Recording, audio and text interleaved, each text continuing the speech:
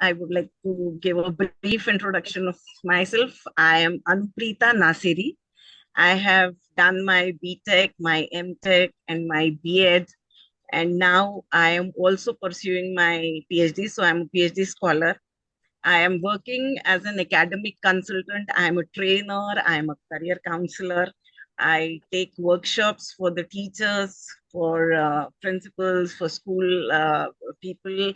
I take parenting workshops. I take workshops for the students, and I've been doing this for the workshops and trainings. I've been into it for the last almost 15 years, and my journey in the field of academics is over a period of almost more than 25 years. I've been into this field of academics.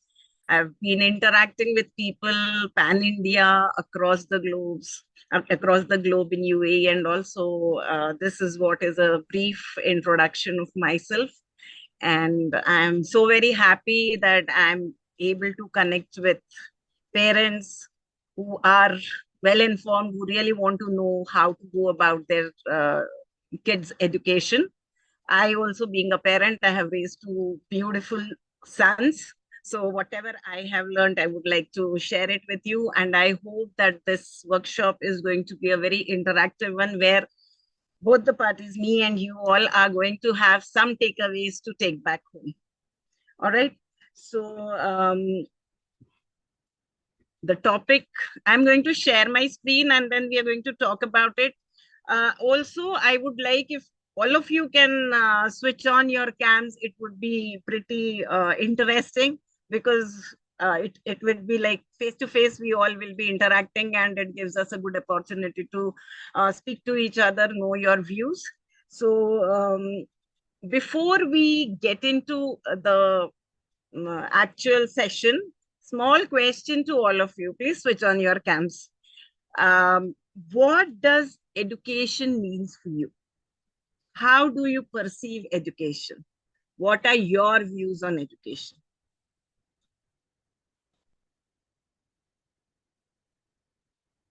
You all can switch on your mics and cameras and you can give your response. I would really love to hear from you. Okay. Overall development of child. Okay.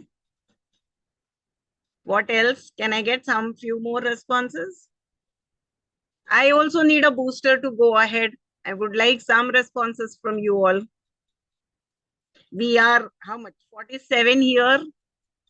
So I at least 40 responses I would love to have.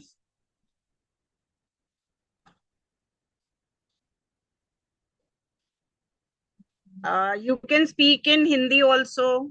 I can manage Marathi also. So whichever language out of these three you are comfortable, please go ahead. To build strong roots or ethical values for a child. Oh, very nice, very nice. Thank you so much. Building strong roots and ethical values. I've got one more response. Teach the children how to live independently. Thank you so much, Vishnuji. Any more?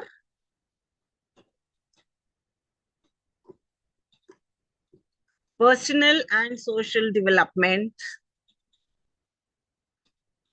Gaining the ability to understand and work with the world around us, including the physical and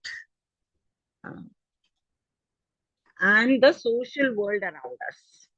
Gopalji. Yes. Any more?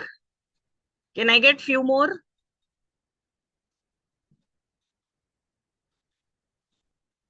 So there are 50 participants here. So all of you must be having a different perspective, a different outcome.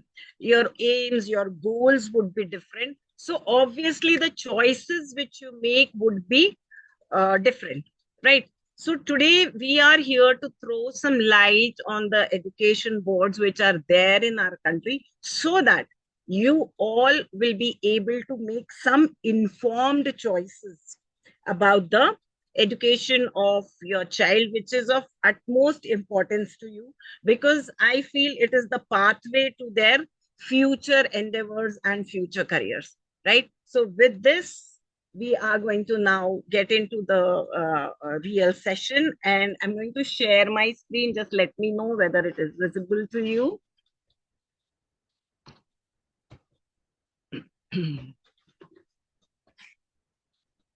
You all can see my screen? Yes, ma'am. Thank you so much. Okay, so choosing the right education board. We all just now we saw that, yes, we all have got different perspective towards education. So there are different types of boards which are there in our country. So first, a brief overview of the boards which are available for your child, from which you can choose. All right. So the first is the state board. Now, every state and every union territory in India has got its own state board of education. So there are two major exams which are being conducted by these boards, the SSC, which is for class 10, and the HSC, which is for class 12. After that, there is Central Board of Secondary Education, that is the CBSE board. Now, the CBSE board is catering for all types of students, right from standard 1 to standard 12. And this is, its presence is across the country, and also in some of the foreign nations, foreign countries, you can find a CBSE board. The count is around 25 countries, which includes the Middle East countries, some of the CIS countries, then in African countries. So this has got a pretty good presence across the board. Then we have Council for Indian School Certificate Examination, CISE, right? So this is a privately run board. They have got ICSE exam for class 10th and ISC exam for class 12th. Apart from this, they also provide a vocational certificate examination for grade 12. This board is there in India, it is in UAE, Singapore, Indonesia, and in almost 28 countries across the globe. After that, if you are thinking of international education, then you have got this International Baccalaureate, that is the IB. They have got programs right from KG to class 12, and they are available in almost 144 countries with lots of schools across the globe, right? So a worldwide board, which is again available for your perusal. Then there is International General Certificate of Secondary Education, that is IGCSE. This is another private international curriculum, right? So it is beneficial if your kids are preparing for IB or the A-level exams. And this board has also got exams for different age groups, starting from age 5 and going up to age 16. Then we have the sixth one, National Institute of Open Schooling, that is NIOS. This is also a government-run open school. And this board makes education more accessible, especially in remote areas where there is lack of schools. So this is where NIOS comes in handy. And if your child has taken a subject which is not available in the regular schooling, then he or she can also opt for NIOS. Right. So this was a brief overview of the boards which are available in our country for your kids. Now, step by step, we will go deep into these boards and see the different advantages, disadvantages, and what are the characteristics of, or what are the features of each of these boards. So the first is state board, where the two exams, SSC and HSC, that is class 10th and class 12th, are the major exams. This board has got state-specific syllabus, right? So what it means, it is that region-specific syllabus would be taught to the children. If you are based out of, let's say, Uttar Pradesh, so most of the syllabus would be specific to Uttar Pradesh, and Hindi would be one of the subjects which the child would have to take. If you're based in Maharashtra, then it would be related, the syllabus would be more specific to Maharashtra, and the language of the state, that is Marathi, would be one of its subject. So priority is given to the regional language. A lot of focus is put on the regional language, as the students are actually required to learn the state language. So it is in these boards, in the state boards, it is compulsory for the child to learn the local language. And sometimes I feel it's a bonus also, because the child gets to learn one extra language, and that proves sometimes very, very advantageous. So this is how the regional language works. Then flexible choice of medium is given. You can either go in for English medium schools, or you can go in for local language medium to complete your studies. So if in Maharashtra we have English medium schools, we have Hindi or Marathi medium schools. There are also schools in our country who are using Urdu as their medium of instruction. So a child gets the flexibility to choose his medium of learning, and the school has got their own medium of instruction. They have a choice there. The school also has got a choice there. Now, the syllabus is very detailed oriented, especially if we see the subjects of social sciences, that is history or geography. So this will be covering the local history, the local context would be there. So, and it would go into details. So this is one of the characteristics of state board syllabus. Localized focus, it focuses on local culture, local traditions. Sometimes very specific subjects are also designed by the state board to teach them the local customs, local traditions, and the local context. Now, with the NEP coming in, many of the boards are switching over to the NCERT based books. Right. So what is there in NCERT books, whatever content is there, the state board is also planning to adapt that. Then more emphasis on building the competencies, because NEP has said that we need to move away from rote learning, conceptual understanding needs to be built, competency needs to be upskilled. So state board is also giving a lot of priority to competency based learning, and assessment is also competency based assessment. So these are some of the characteristics of the state board. Now let's see some pros and cons, that is the advantages and disadvantages of the state board. So the first advantage, if I talk about it, is very affordable.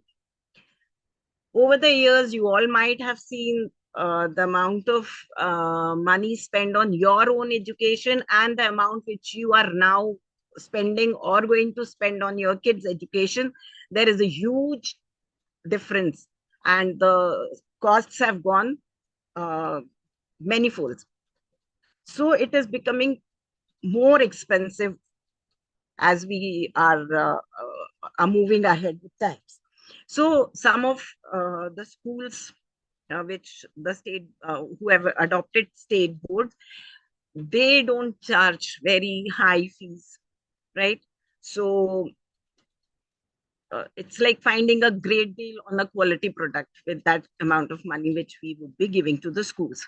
So many of the government schools in the state are following this state board syllabus, and it becomes affordable for many families. So a state board offers a very affordable education.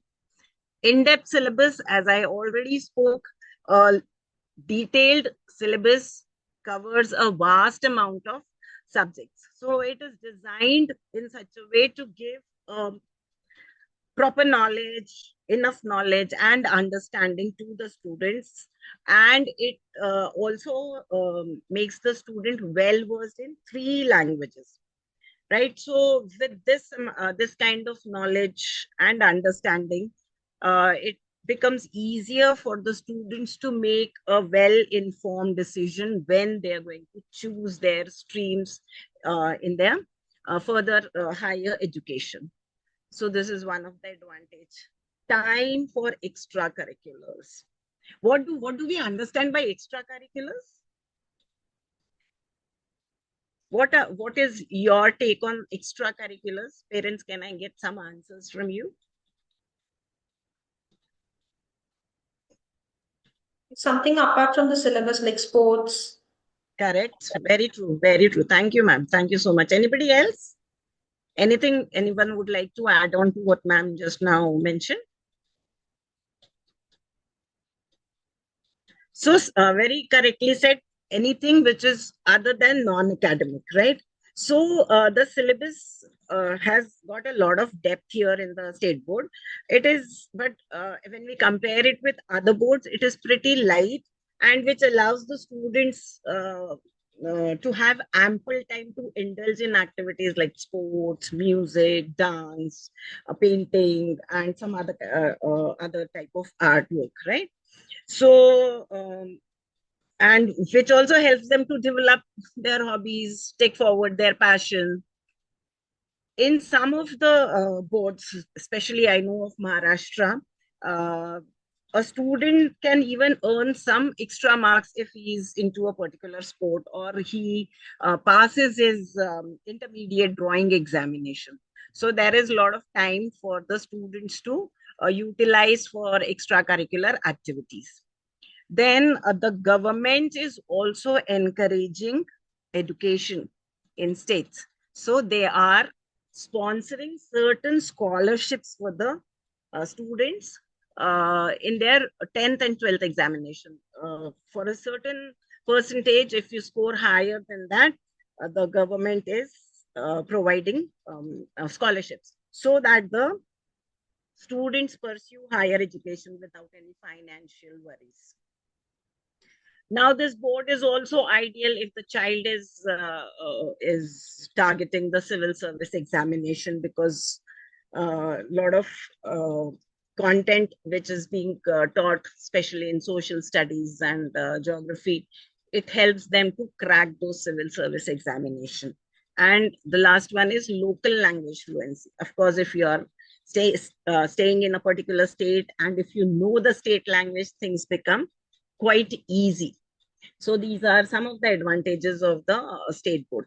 With the advantages, always there are some disadvantages. That's always the flip side of the coin.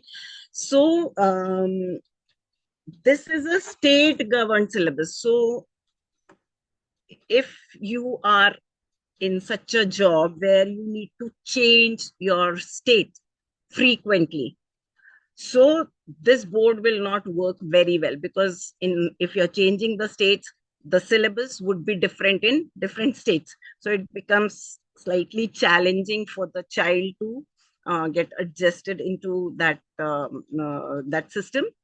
So uh, uh, it would be slightly difficult for the child to cope up. Then conceptual understanding is slightly still lagging in the state board. Rote learning is something which is associated with state board schools.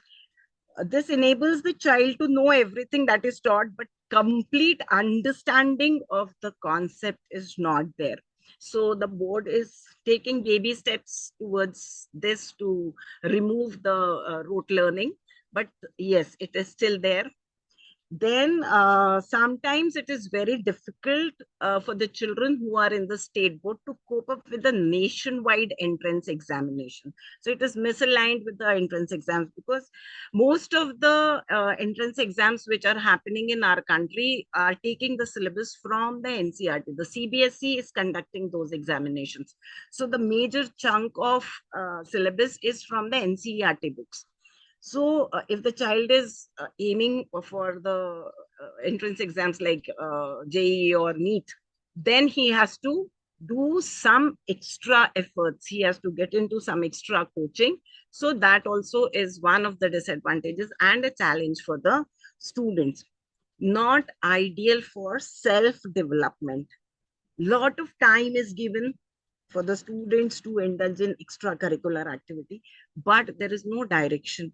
The students, they themselves, they decide and they take up their activities. If no proper guidance and no direction is given to the students, this will not be ideal situation for their self development, right? So in some of the boards, extracurricular activities are interweaved into their curriculum, which is not there in the state board. So that is another disadvantage for the state board.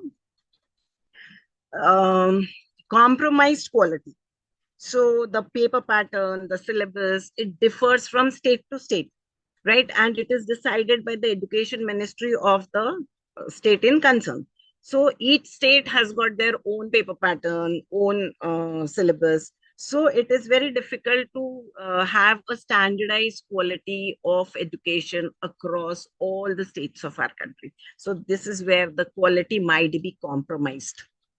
Then the changes or the updations in the syllabus are taken up by the state government, but the pace is very slow, right? So sometimes because of this, the syllabus is outdated. So these are some of the advantages and the disadvantages of the state board. When we can go in for the state board? When do you think we should be going in for state board? After listening to the advantages and disadvantages?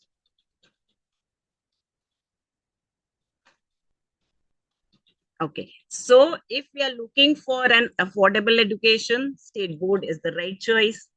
If you are not planning to move cities or states, then state board is a good choice. If your child, if you feel that your child cannot cope with a vast quantum of curriculum, then state board is a choice for you. If you want your child to have more time for extracurricular activities, then state board is for you. If your child is planning to enroll in a state recognized college, not the other colleges at the national level, then yes, state board is the right choice. And due to some reason, if your child is not able to attend the regular school and if he wants to give exams in private, then also state board would be a good choice. So these are the instances where you can choose the state board. Is my pace okay with you all? If I'm going too fast, you can just let me know. You're able to comprehend?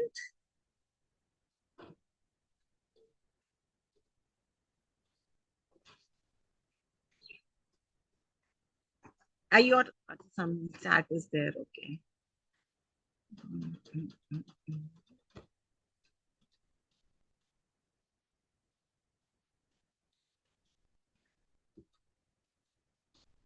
Fine. All right. So shall we move on to the next board now?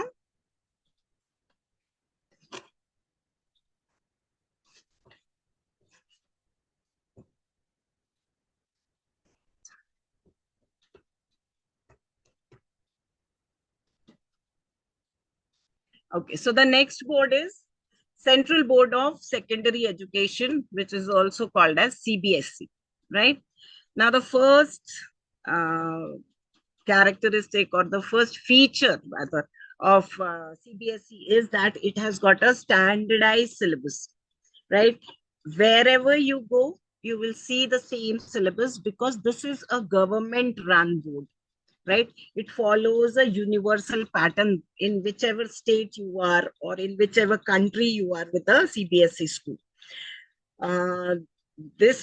The syllabus which is there in the CBSE curriculum, it is again a great platform, a great foundation for the students who are going to take engineering or medical examination through the national entrance tests, right? Because the syllabus is comparable there. A lot of focus is also given on language. on science and on mathematics. There are two major exams which are conducted by the CBSE. One is All India Secondary School Examination, that is AISSCE, that is for class 10th, and All India Senior School Certificate Examination, that is for grade 12. So two major exams for grade 10 and for grade 12. Now, most of the people, why they choose CBSE board? Because across the country, the same syllabus is being implemented in all the schools wherever their child is studying, if it is a CBSE board school, right? Now here, the assessment has got a mix of both marks and for grades also. So 9-point ranking system is given, right? And as the NEP has advocated, lot of competency-based questions are being put in the examination. I've been talking about competency. Can anybody give me their views on competency? What exactly is competency, and what do you understand by the term competency?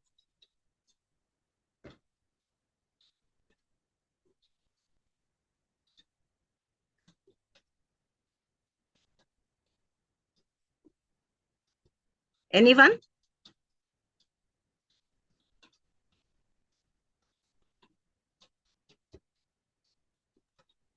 Ma'am, were you asking like what is competency?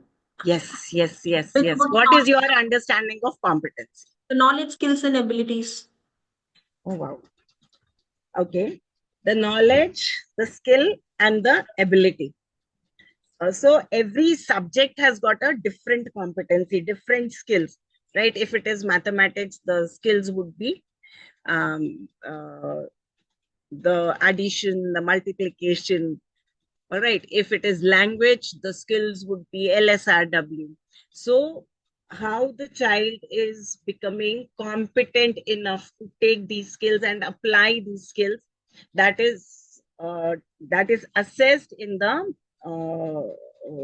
examination. So the questions are framed so as to assess the competency of the child in that particular subject, right? So the skills and the ability of the child, when they come together, and the knowledge, whatever has been learned, is put into use to solve the questions or to solve the given scenario, to come to an inference. That is what is the competency, right? So this actually helps the child to move away from rote learning. So this is what is being stressed upon by NEP, and the CBSE has started implementing it in their assessment pattern. Now, the language of instruction is either Hindi or English if it's a CBSE school, right? So there are almost, the data which I have, 9,000 schools which are spread across our country, where the CBSE board is being implemented, and the medium of instruction is Hindi and English. Detailed oriented learning is happening, right? So the children are given the practical knowledge. They are given activities, they are given projects, they are given group activities, individual activities, to make them understand the concept. So if they do it through an activity, of course the learning would be pretty detailed. They will go up to the they'll go to the minor details of the concept to come to certain conclusions and inferences. There are 5 subjects and 2 language system which is going on in CBSE, and students have been given the freedom to choose in their higher grades the combinations which they want to study. And the last characteristic or the last feature of CBSE which has come up very recently, that 2 board examinations would be held for class 10th from 2026, and best of 2 would be taken for their final grading or final marking. So these are some of the characteristics of CBSE board. Then, similar as we saw in the state board, CBSE has also got certain advantages and disadvantages, which we would be seeing in our next slide. Right? So the advantages is the subjects are being grouped. So they don't have to study physics separate, chemistry separate, and biology separate till grade 10th. The subjects are grouped under, these three subjects are grouped under science. Then in social studies, we have history, civics, and political science. So it becomes, this compact structure makes the child, it gives the child an advantage for easy learning, right? When the subjects are grouped together, they have got one single book.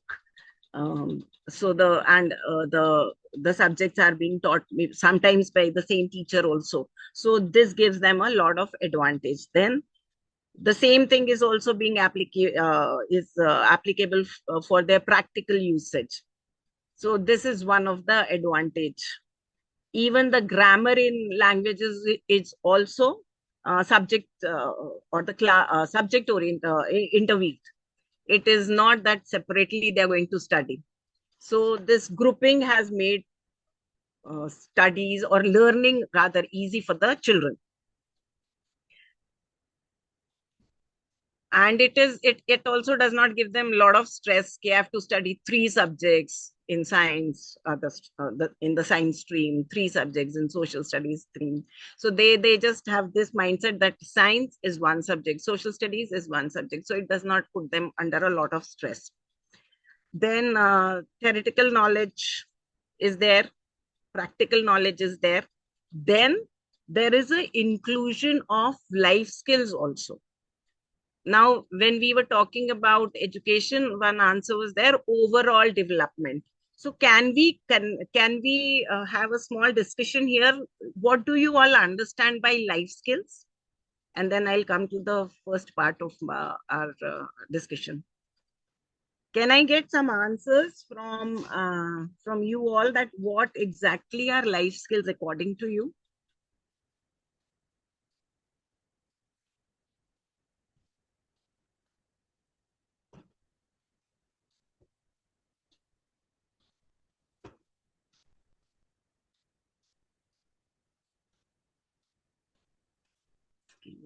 Yeah.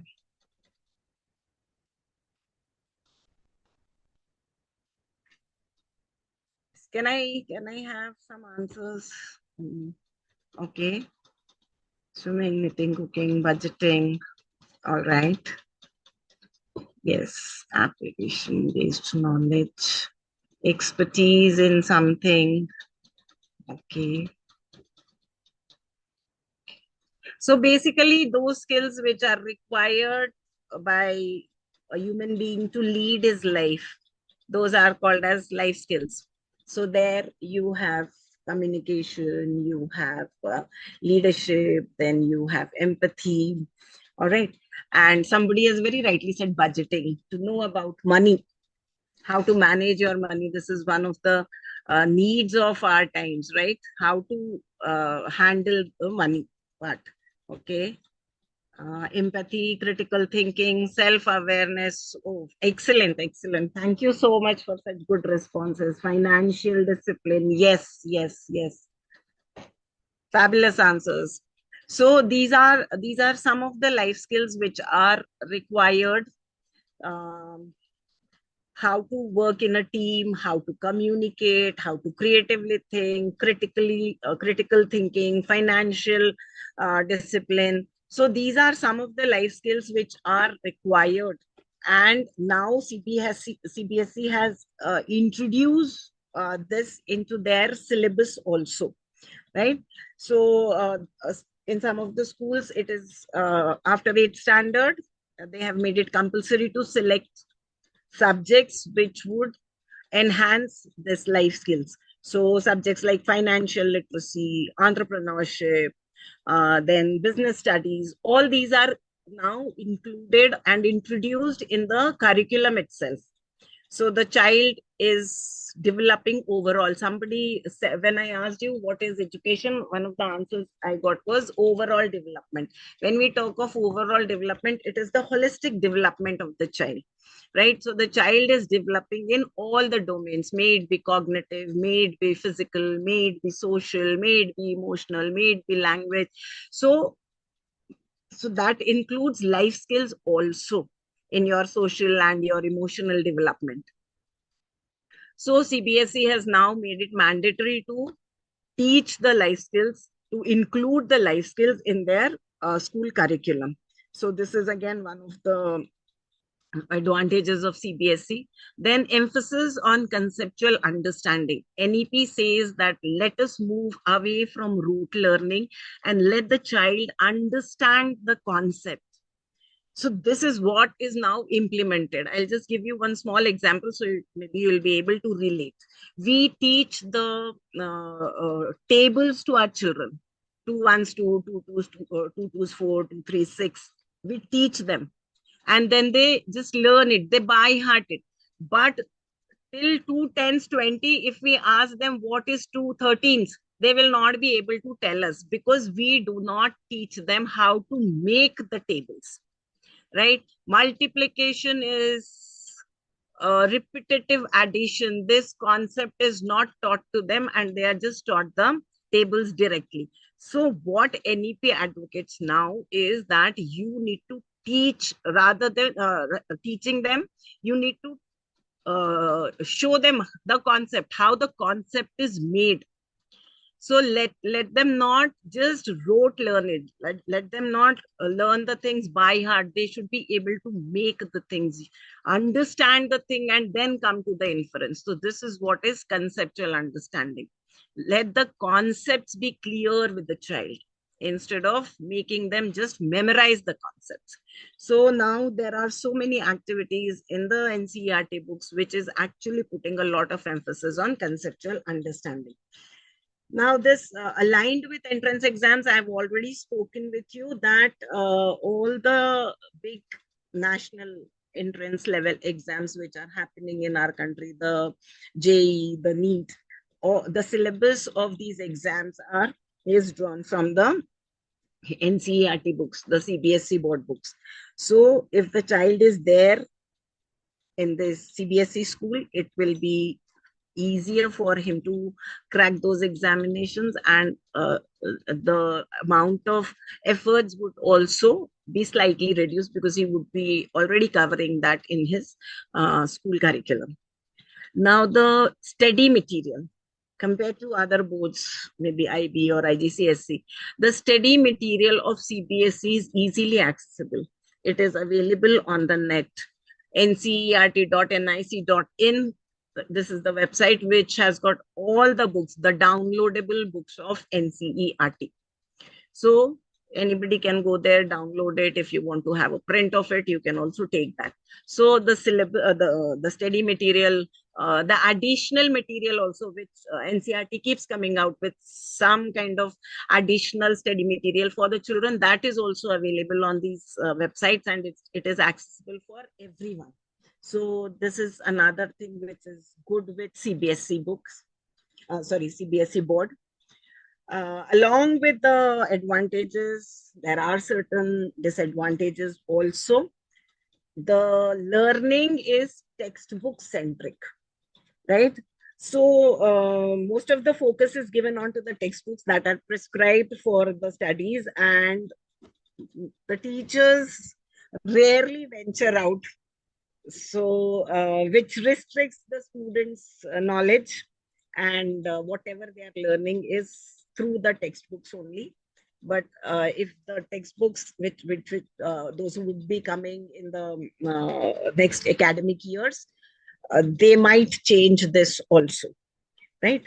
Now, limited research opportunity, because since we are more into textbook only, we were not able to give them the chance to go out research and find the inferences. So yes, limited opportunities are there for the children to actually develop the research-centric mind. So if the textbooks are changing, then only this advantage will be negated. Otherwise, yes, right now it is like that. A stronger focus is given on sciences, right? General science. So if the child has got no inclination towards science, if he's more towards humanities, sometimes it is challenging.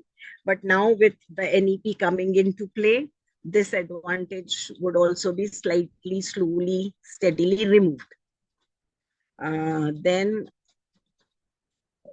wherever Hindi is the major language, so students are choosing Hindi as their medium of instruction and medium of learning. Then now the CBSE has also given them the freedom to choose the subjects in secondary grade.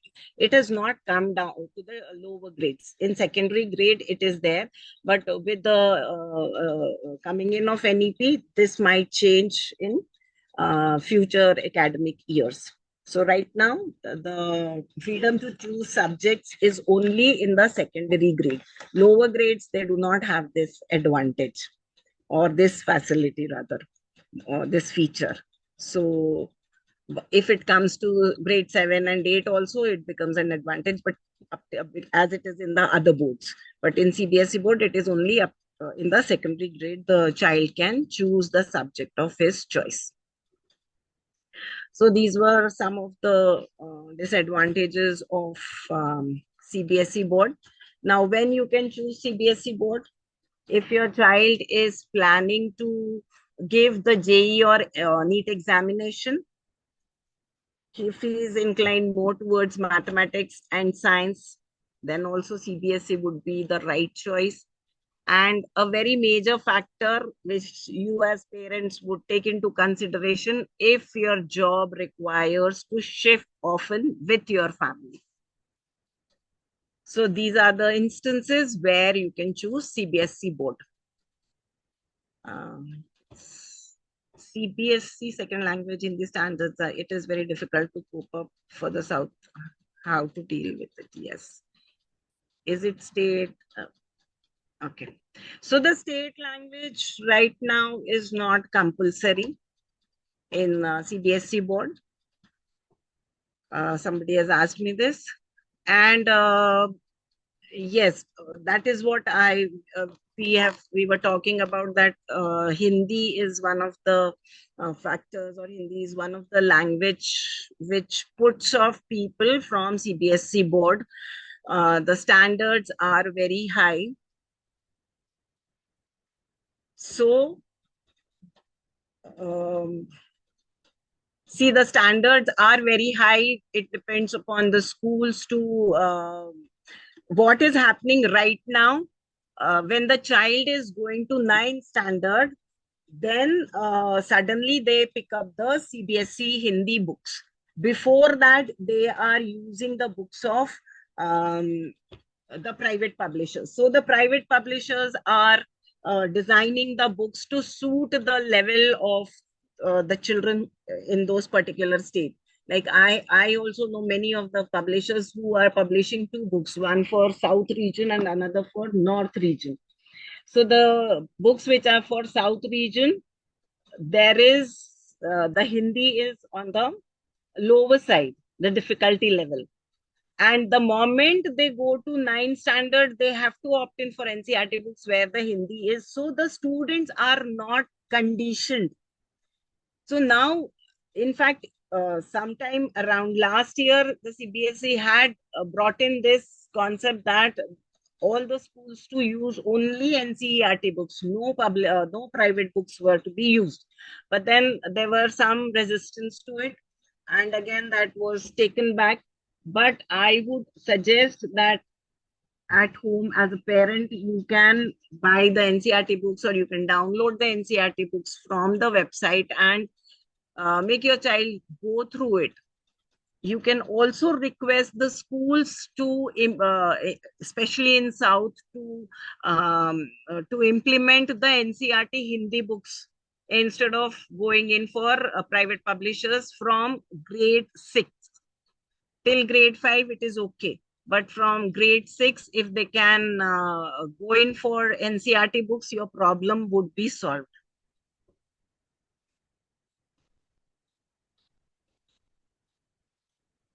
Yes, this is the problem in South India only. So this is what I was trying to explain, that you can, as a parent, you can talk to the school that yes, we have Hindi books from NCRT. Let's have those books in the school. So the child would be seasoned. The child would be conditioned to appear for his 9th and 10th examinations with Hindi, because there is a gradual progression. If you look at the NCRT books, the way they are progressing, by the time the child is in 10th standard, he is completely seasoned with that content, which we right now we say is difficult, but then if we condition him, so he'll be able to handle it. But if there is a sudden transition from private publishers to NCERT books, yes, the jump, it's a quantum jump. So then it becomes difficult for the child.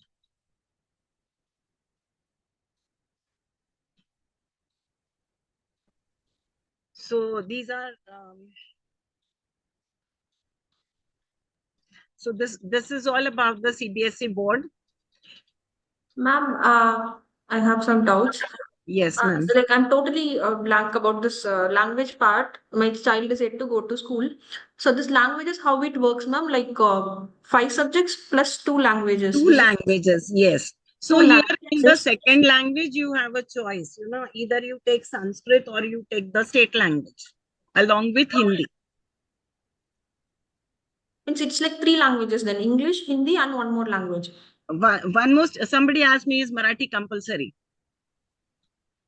So in English, see, mathematics, science, social studies, these are the core subjects. English is a core subject. Okay. Then you have Hindi. Okay. And then you have one choice between the state language and Sanskrit. Okay. So apart from English, one more language. One more. No, apart from English is there. Apart from English, it is either Hindi would be there, and you take either the state language or Sanskrit. Okay, so English plus So 2 languages. So Hindi, state language, and Sanskrit. Out of these, you have to take 2 languages. Okay. So out of this, ma'am, is it like exam is also compulsory for all, Yes. or exam is for only No. Exams are also compulsory. compulsory for all the languages, whatever Yes. we are studying? Yes. If, for example, if one child is studying in Mumbai, and then they are getting transferred to some South Indian state, and then the third language, maybe if in case it is differing. Anyhow, English and Hindi the student is studying, and the Yes, third so language may differ from state to state. state to state, but then most of the schools offer Sanskrit. Okay, So if that someone is studying English, Hindi, and Sanskrit, they'll be safe. they'll be safe. The choice of Sanskrit is the safest. Okay. I mean, Maharashtra, Ma'am, is it Vishnu here. possible to Yeah. take Sanskrit as a third language? You can take, yes.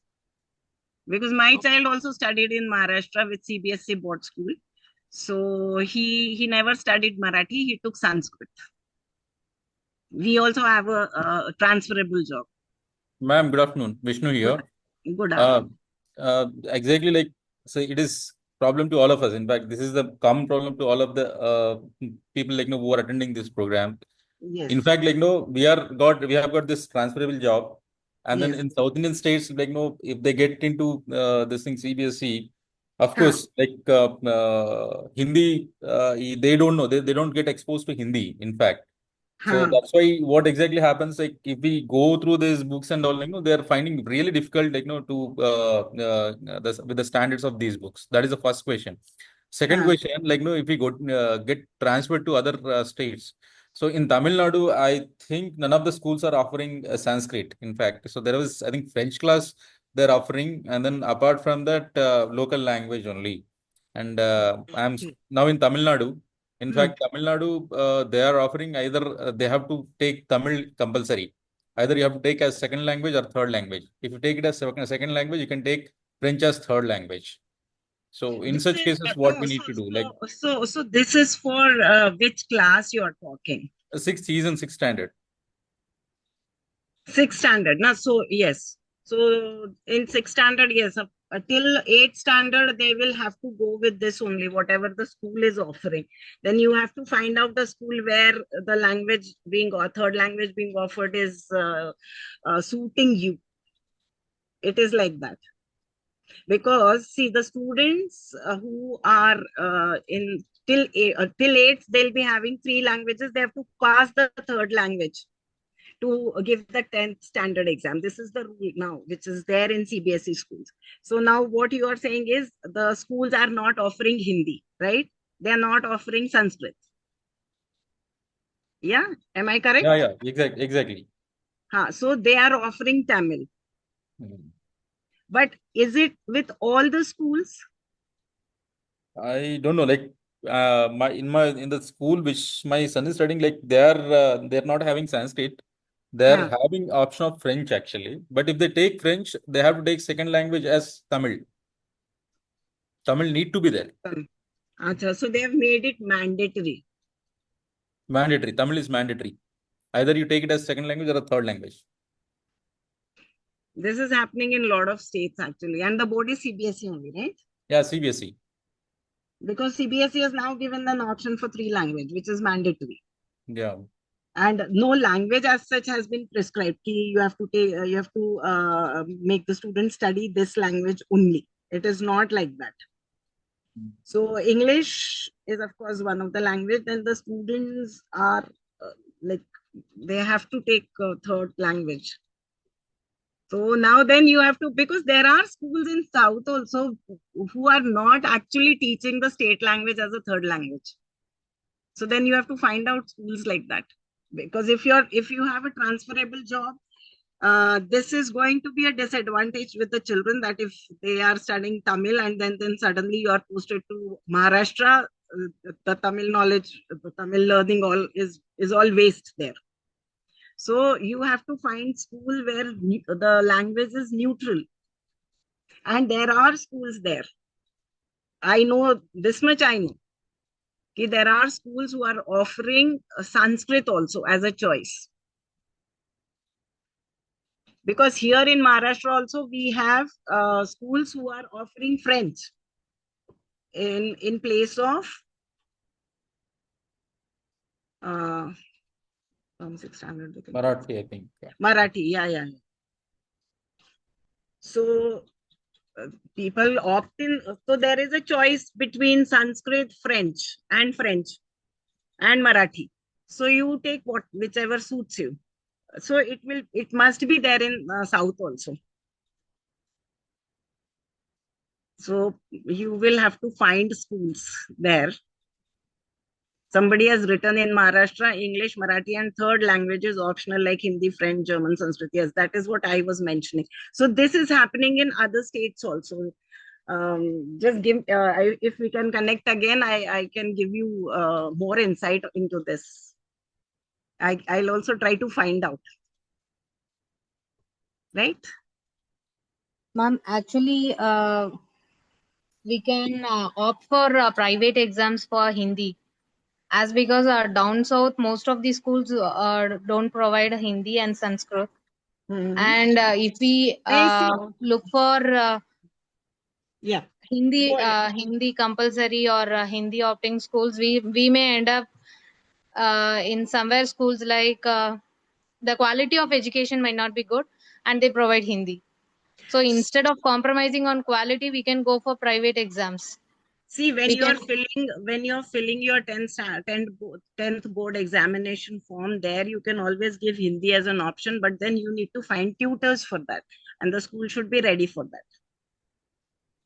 that. Yes. So this is the option. This is the option which CBSE provides. So you can go in for a Hindi tutor, and if Hindi is the language which your child is comfortable with. And second language, again, you will have to either choose from French or whatever language is being offered there. So it will be English. Instead of Hindi, Hindi in the school, you go in for private Hindi, and the third language you can take Sanskrit or French or German, whatever they are offering. Now, the only thing here, when you take the third language as French or German, you have to pass that examination to be eligible for your 10th standard, for appearing in your 10th standard board exams. This is the only clause.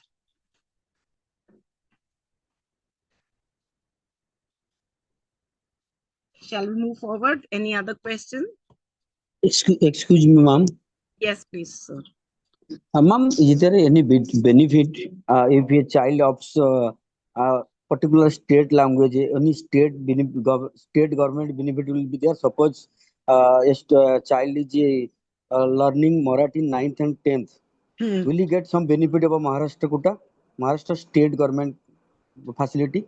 Quota too will not, no, there won't be any advantage in terms of any quota, because, you know, domicile is the only factor which decides that quota. So language will not help him. The only... If the same child has born in Maharashtra with birth certificate and he has learned 9th and 10th in Marathi as a language.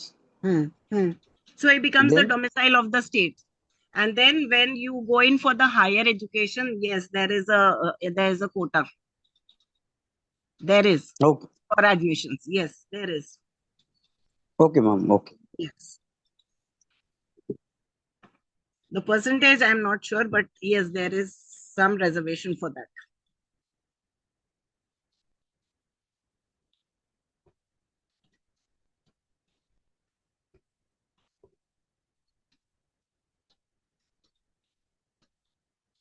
Yes, I am coming to this. Shrikantji, we would be now discussing the ICSC board, and I am coming to that.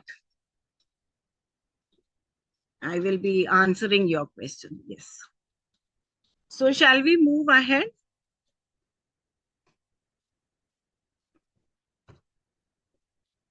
Okay, the next board we will discuss is Council for the Indian School Certificate Examination, that is CISCE. Now here, this is again, this is the board which is governed by this Council for Indian School Certificate Examination.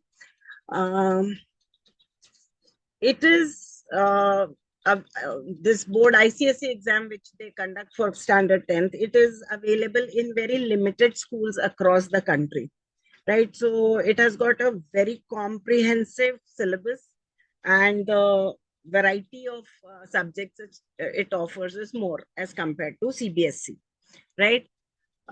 Here unbound syllabus is there. Like other boards, not much of focus is given on regional or a national subject. The students are taught about the world as a whole, right? So there is unbound learning which is happening here in this board. Focus is on practical learning.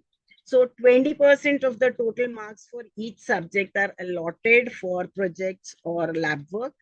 And this helps the students to apply their knowledge in solving questions and in achieving the inferences, right? Then the medium of instruction is English for all the subjects, unlike CBSE board where the child can choose their language for social sciences. But here in ICSE, it is only English, which is the medium of instruction. Children have got freedom to choose subjects. And here also, the marking scheme is more on competency-based questions. And with the NEP coming in, there would be a progressive rise on this competency-based questions. Now here the students, the subjects here are grouped in 3 groups, A, B, C. So in group A, the students are required to study all the subjects. They can choose 2 subjects from group B and 1 from group C. So this is again curricular and different range of subjects which are there.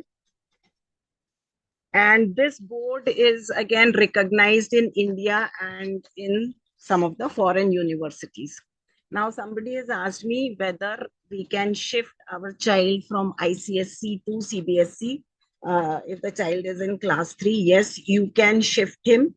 And this would be the right grade for him to go into the CBSE board, because now in CBSE till standard 2 we have foundational level, and from class 3 the level of concepts, the quantum increases, so your child would be able to adjust in the new surroundings. So it is better if you are planning to shift him to CBSE board at this stage. This is the correct stage. Because in CBSE also, NEP has actually given grade 3 as the influx grade where the changes are happening. So since your child has finished his grade 3, you can shift him to CBSE. That would be the right time. So, ma'am, my question was like, he is in grade 3. Yes. So next class, 4th. Class. So we keep him in, suppose we choose CBSE. So shall we keep him in CBSE 3rd grade or 4th grade? No, you can put him to 4th grade only, because yes, not in 3rd, not in grade 3. Because the amount of content which the child must have covered. Why do you want to keep him in grade 3? Just let me understand this first. Is age a challenge there with you? Is he underage? No, he is not underage. As per the Maharashtra government, he is eligible for grade 3, whatever the criteria. Yeah. But he is the this youngest in his class. Okay. But then if he is fitting into the criteria, why we should and why we should restrict the growth of the child, Is he coping well? Yeah, he is coping well. Just I was like, मतलब अगर हम उसको CBSE में डालते हैं, तो 3rd में, sorry 4th में, तो वो कोप करेगा कि नहीं CBSE के हिसाब से, वो मैं मतलब या हमको 3rd में डालना चाहिए, उसके हिसाब से सोच रहा था। वो बहुत अच्छे से कोप कर पाएगा, क्योंकि ICSE में जो सिलेबस होता है that is slightly a step above the CBSE syllabus. So don't put him in grade, don't make him repeat grade. Yeah, let him go into grade 4. And if the जो आप कह रहे हैं कि he is the youngest in the class, he will have an advantage when he moves to his higher grades. Right. अगर हम जैसे NEET JEE में कई बार बच्चे ड्रॉप ले लेते हैं कि we will do it next year and get a better college. So the kids who finish their 12th standard at a lower age, मतलब पहले खत्म कर लेते हैं, स्टार्टिंग वाला जो एज होता है उसमें ही अगर खत्म कर लेते हैं at the lower limit, so they have an advantage of 1 year. The time is not lost for them. So if your child is coping good, if he is doing well in his grade 3 in ICSE board, you should definitely go in for grade 4th in CBSE.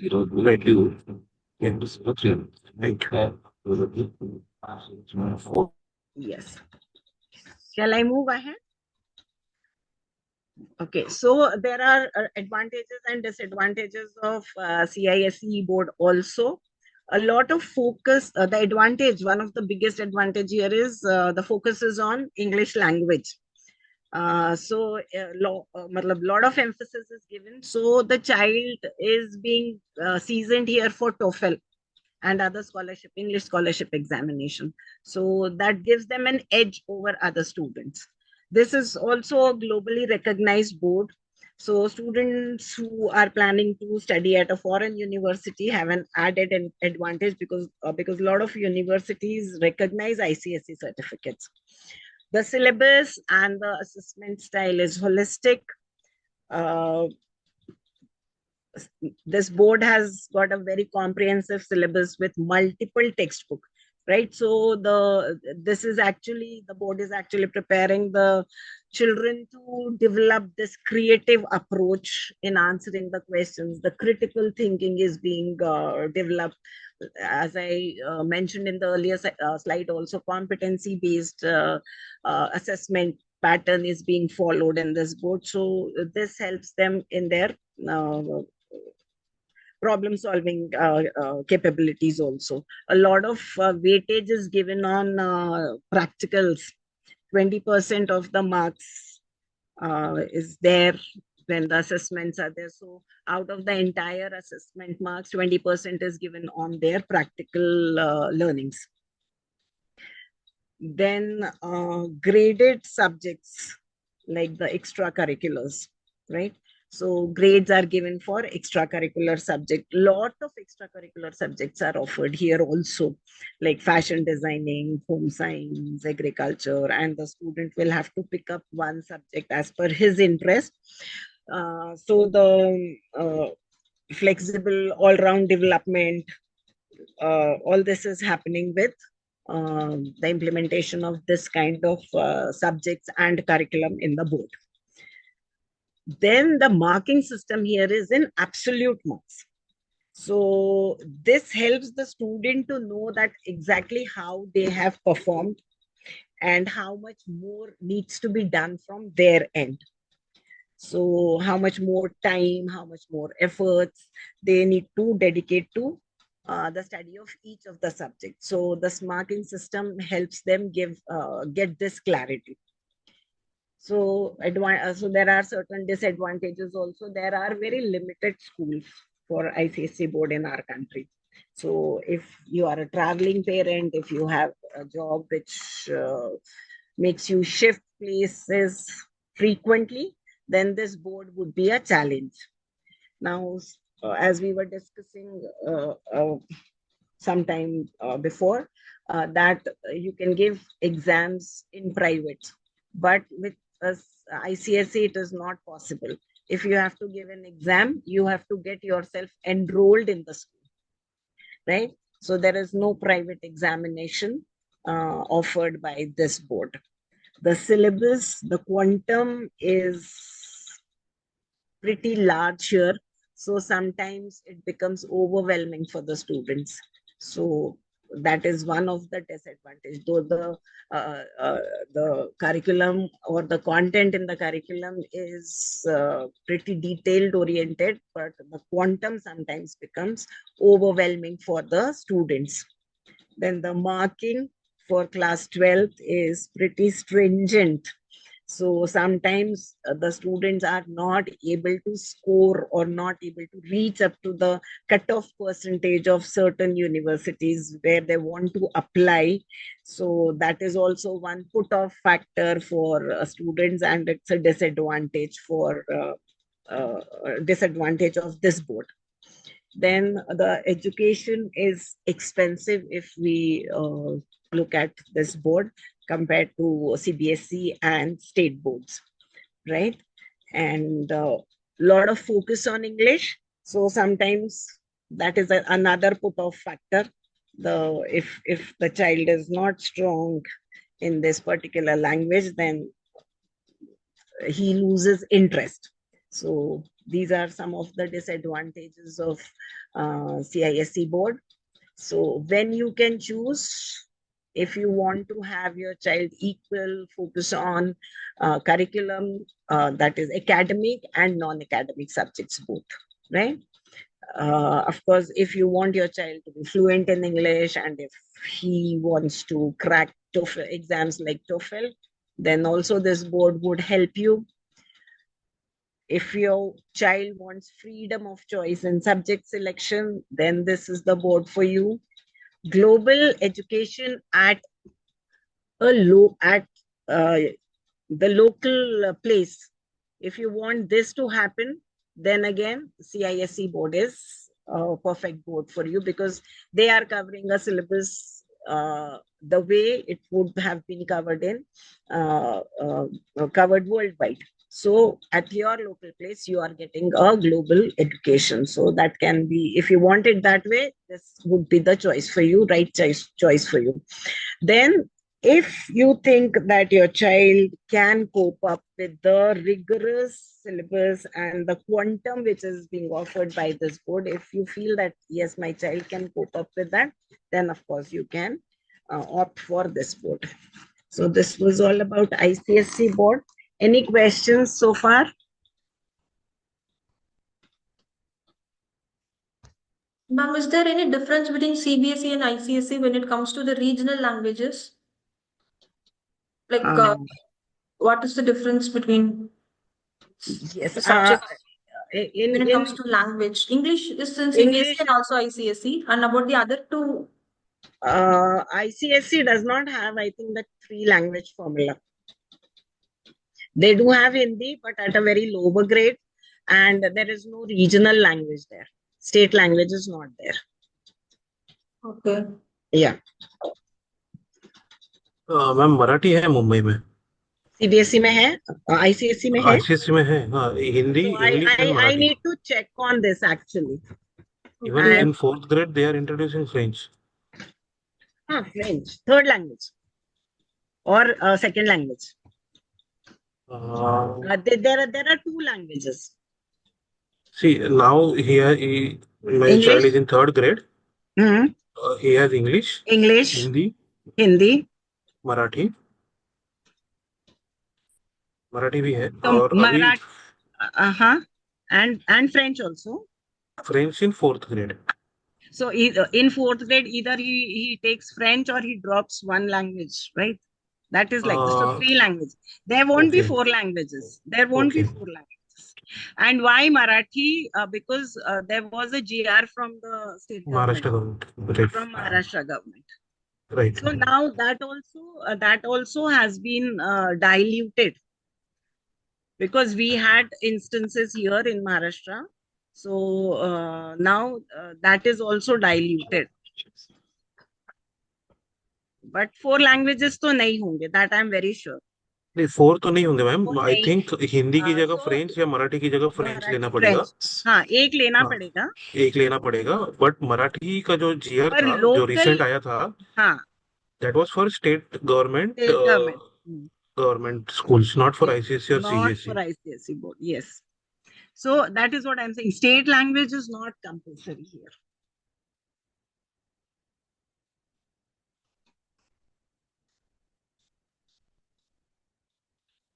Shall we move ahead?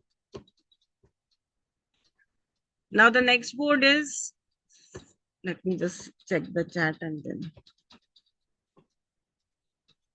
We can change from CBSE to ICSE in class 7. You can change. There is no restriction in changing, but only thing is the pedagogical approach which is there in ICSE and which is there in CBSE may be overwhelming for the child in grade 7th. That would be the only difference. See, when the child is in CBSE, he is studying general science. So all the science subjects are combined together. But when he goes to ICSE, he would be doing different subjects. So the quantum differs, the pedagogy differs. So for 1 year, you will have to put in extra efforts. That would be the difference. There is no such formula that you cannot change. You can change anytime you feel like, but you should know where your child is standing. And because when the child comes to grade 7th, his learning becomes fixed. So it is slightly difficult and it's challenging. I won't say difficult, but it is challenging to mold to another style of learning. That is the only difference. So अगर आप change करना चाहते हैं तो आप कर सकते हैं.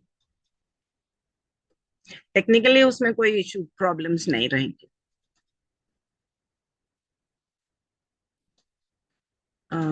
Okay, so we'll move to the international board, that is the IB Board International Baccalaureate. Here, the curriculum is focused on all-round development. This was formed in Switzerland, right? And the presence is in 141 countries. It is also recognized by all the universities across the world.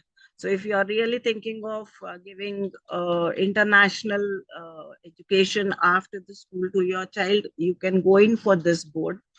Right after completing the IB diploma, a student is eligible to apply to any university across the globe they want. Some of the universities, they also offer admissions based on a credit system, which does not require the child to give all the IB exams, but only a few chosen ones. So that is again another advantage of this board if we are planning to shift our children to the universities abroad, right? Then in India, it is there in 244 schools. So it is slightly limited to certain strata of cities. So mostly in metros and B tier cities, you might find the IB schools. So the diploma, career-oriented diploma program after class 10. So once the child passed their class 10th, this diploma program is career oriented, and it gives students a mastery in their chosen field. Whatever field they choose, they are given exclusive education in that particular field only. And this diploma program also works on a point system, which is internationally recognized by all the universities, right? So this is how things are there. Then ultra practical approach to teaching. So the holistic development, the hands-on approach, the PBL, that is the project-based learning, activity-based learning, inquiry-based learning. So these are all the approaches which are being followed in the IB, so as to make the child develop in holistic way. His critical thinking, his creative thinking, everything is being developed. So that is the approach of teaching. And so basically they want the to make global citizens. So this board is working in that direction with this approach of teaching. Now the IB diploma courses again are recognized for, even the universities in India would recognize their diplomas from the IB and give them admissions in not in the JEE or any NEET examination, but there are a wide variety of courses wherein these diplomas are also recognized. And then the advantages. So the subject selection is as per the aptitude of the child. They are allowed to mix subjects, economics with physics or mathematics with political science. These kind of combinations they can select. The teaching methods are pretty innovative. The teachers, they for the inquiry based learning, a lot of research oriented survey methods, all these are being used. Soft skill development, we were talking about life skills. There are certain soft skills also. Can you name few soft skills? Anybody?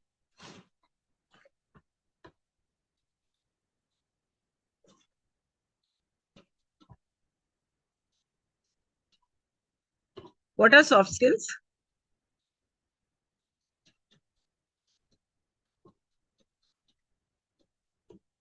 नहीं, एक दो बता दीजिए. Communication, interpersonal relations, yes. Then presentation skills. So all these soft skills are also being taken care of when we talk of this IB. So there are you might have heard of 4 C's. So there are certain activities which involve all these skills. Some group activities are there where they have to do a project and then they have to present the project. So how they are handling their teams. So there these soft skills would come. How do they do the presentation? So all these are being interweaved in the curriculum itself. So that is again one of the advantages. It has got its presence in 41 countries. So this is again an advantage where the parents who tend to move a lot regardless of the country or the school. So this again gives them an advantage. Then there are certain corporates who prefer students from IB background. So they also give certain scholarships so that more people are going into IB, and then they pick the students from there for the future jobs and careers. So this is again one of the advantages. And many of the global universities are accepting students from IB based on their grades. So the IB diploma is recognized in most of the universities across the globe. So when you are actually looking to pursue your future studies abroad, then this is one of the major advantages of IB. Then disadvantages are also there. If you are in IB and you want to switch to Indian board, it is going to be a big challenge, right? Because the teaching style, the grading system, the entire curriculum is very, very different. They do not match with each other. Then the clashes with the Indian examination. So the time set for most of the Indian entrance test and the IB examination can lead to a gap of 1 year. So then this is also one of the disadvantage. Then IB is one of the pricier boards for an international level education. So the education is expensive here. Then the presence is only in 244 schools in India. So you have very limited places to go in for IB. So this is again one of the disadvantages. Then the learning here is teacher dependent. Since there is no set pedagogical approach, so the teachers have got a lot of freedom. So to design their own teaching style, how they're going to deliver the content.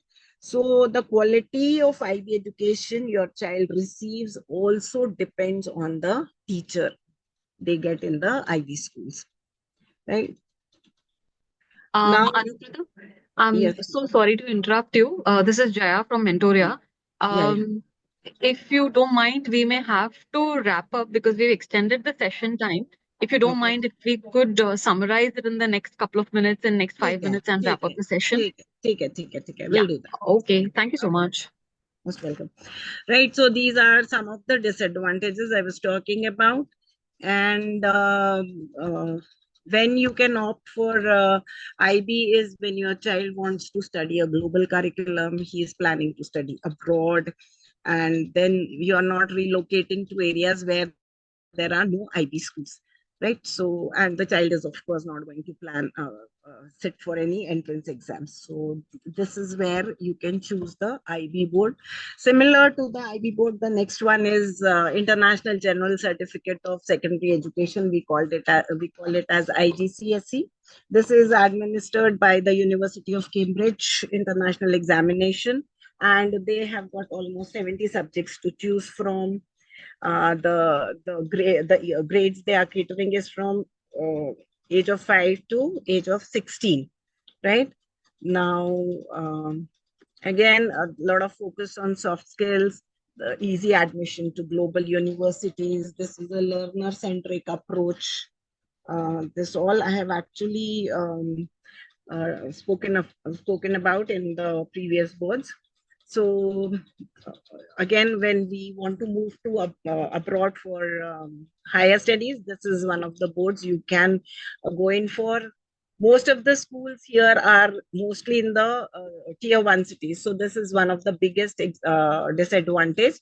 And again, it would be challenging for a child from IGCSE board to attempt for Indian examination because of the pedagogical approach and the curriculum. So it is similar to IGCSE. Here also the learning onus is more on students because the syllabus is so vast. There are no prescribed books. Only the concepts are being told, and then the children are made to look into different books and learn on their own and come out with their inferences. So this is again one of the disadvantages if the child is not a self-learner. Assessments are stringent here also. The marking is pretty stringent, and it is more expensive than the CBSE or the state board schools, right?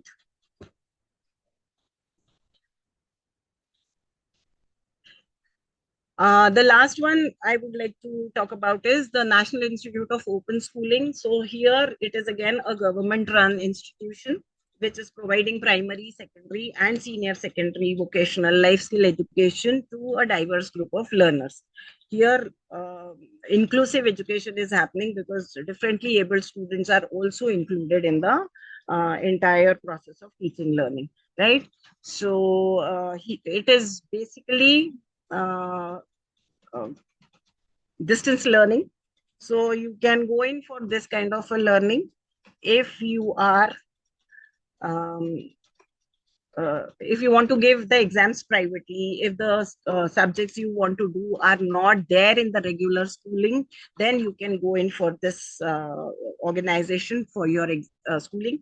It is offering flexibility to athletes, performers, or children with learning needs. So this is one option which you can look if you are not planning to join the regular school.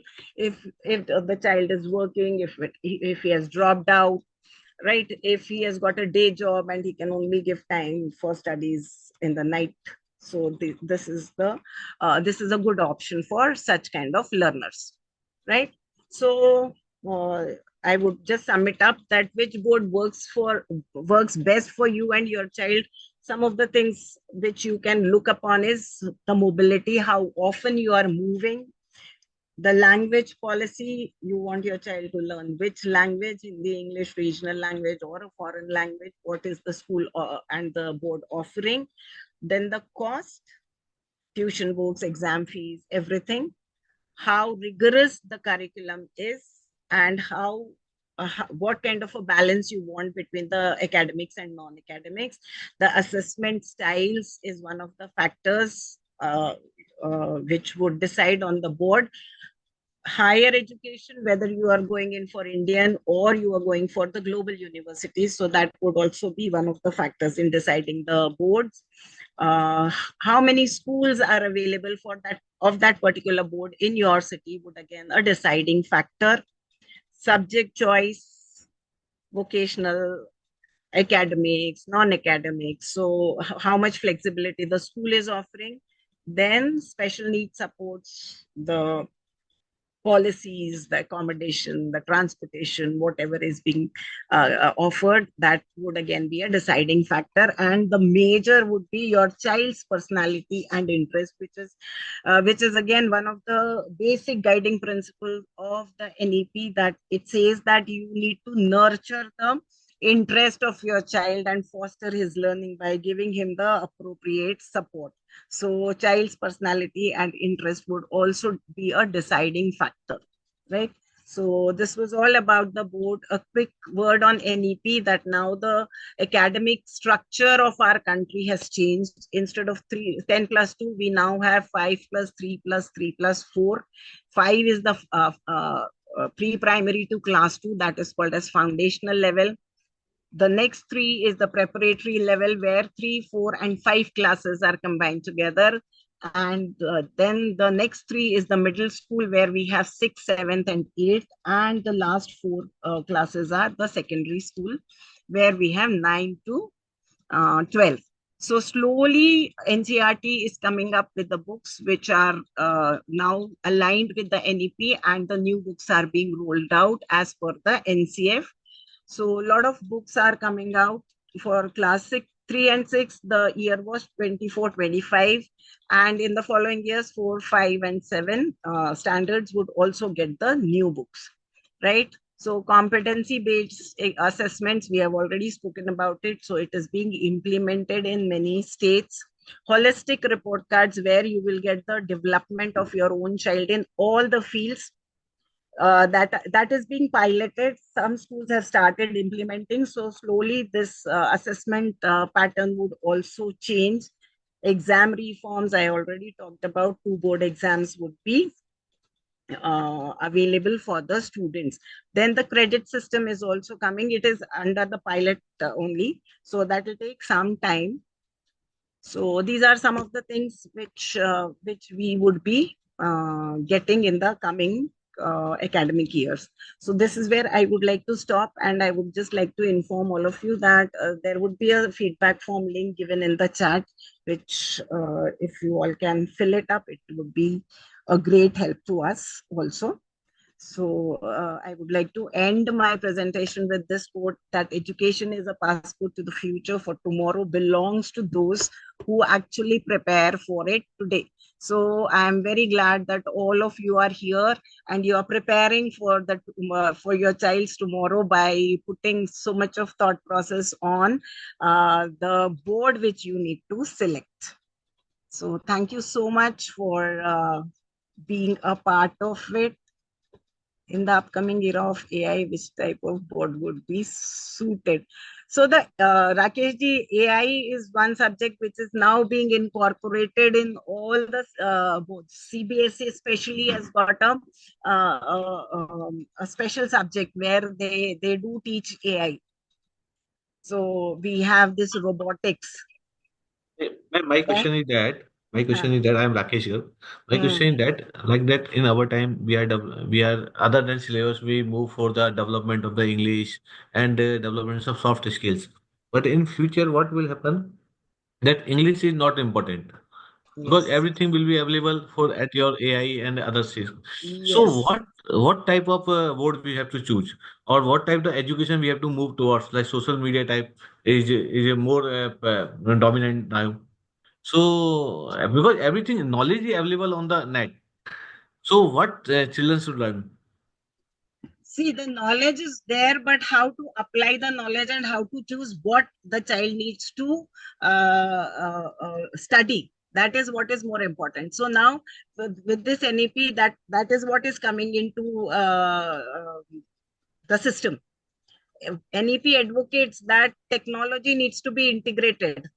Now the teacher has to teach how much you have to take from the technology and what you have to take, from where you have to take. So that needs to be taught to the students.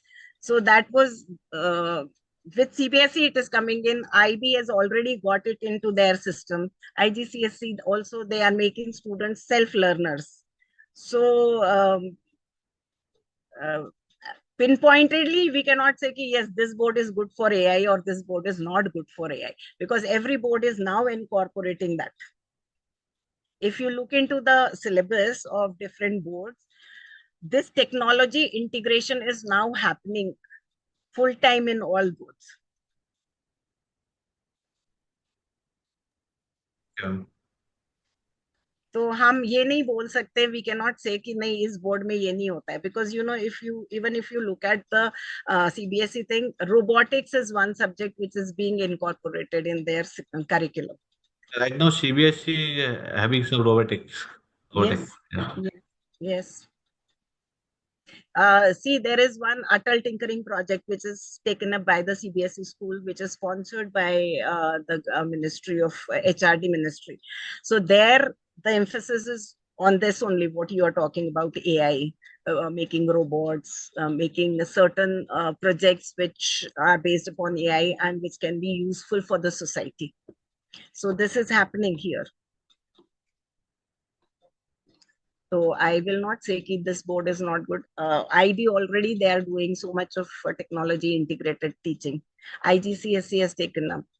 So this is coming in all the boards, but we as a parent, we need to decide our own objectives, what exactly we want our children to learn.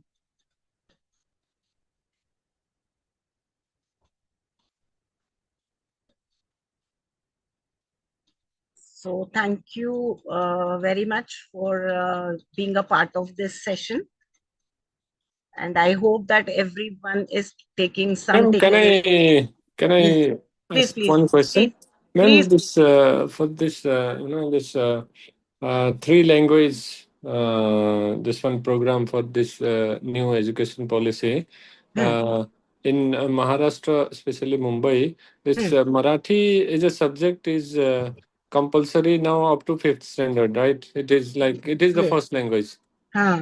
So it is in this way going forward. So this will be the subject which will be used for rating the student in the 10th board and 12th board also. No. It's not. It's not that way. Okay. It's not that way. So Okay. if the medium of instruction is English in the school, it is proposed that they should do their studies in Indian language. Yeah. But it is not a compulsion. It is not a compulsion. There is this three language formula which is being there, but then it does not make it compulsory कि आपको मराठी में ही लिखना है या आपको तमिल में ही लिखना है. No. If the medium of instruction, if the school says opts out for English, they can go in for it. They'll go in for English.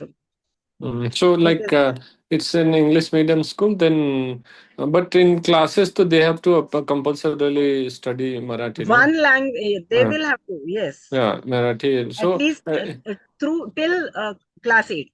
Class 8. So in 10th standard, in the board exam, it's just English and one more third language, that is either be Hindi or Sanskrit or Whichever even the child opts for. or even Marathi as well. If the child opts for it. Marathi, okay. If the child doesn't if opt, then if the school provides that. Okay. Because in many schools they don't even give that facility to choose, so they make it Hindi and English or English and Sanskrit. Okay. Yes. Thank you. Almost right.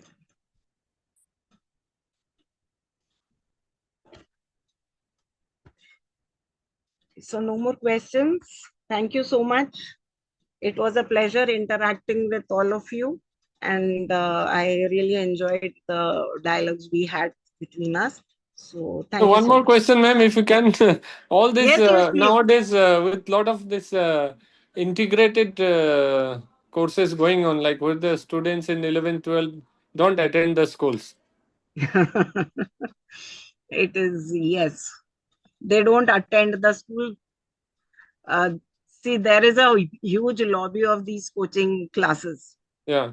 So the government has to come up with certain stringent steps to make the attendance compulsory in the school in 11th and 12th. That they will anyway do it, no? By some jugaad and all.